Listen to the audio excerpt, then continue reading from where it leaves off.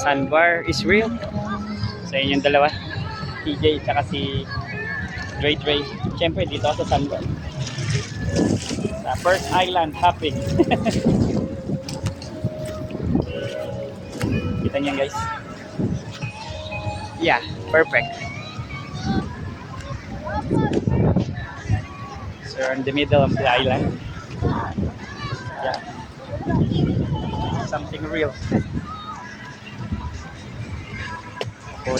Puro buwangan yung chinelas ko.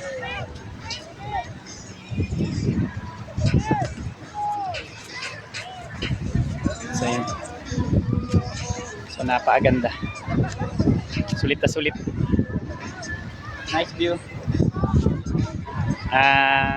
Child and adult friendly place. The best. Very clean. Sunset Beach.